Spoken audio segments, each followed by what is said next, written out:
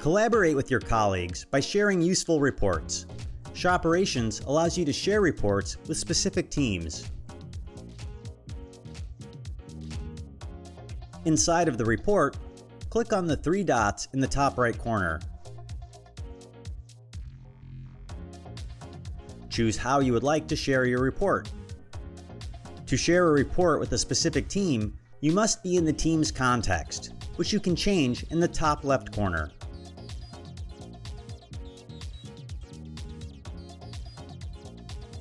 To update the share settings for any report you own, just repeat the same steps and reselect the sharing options.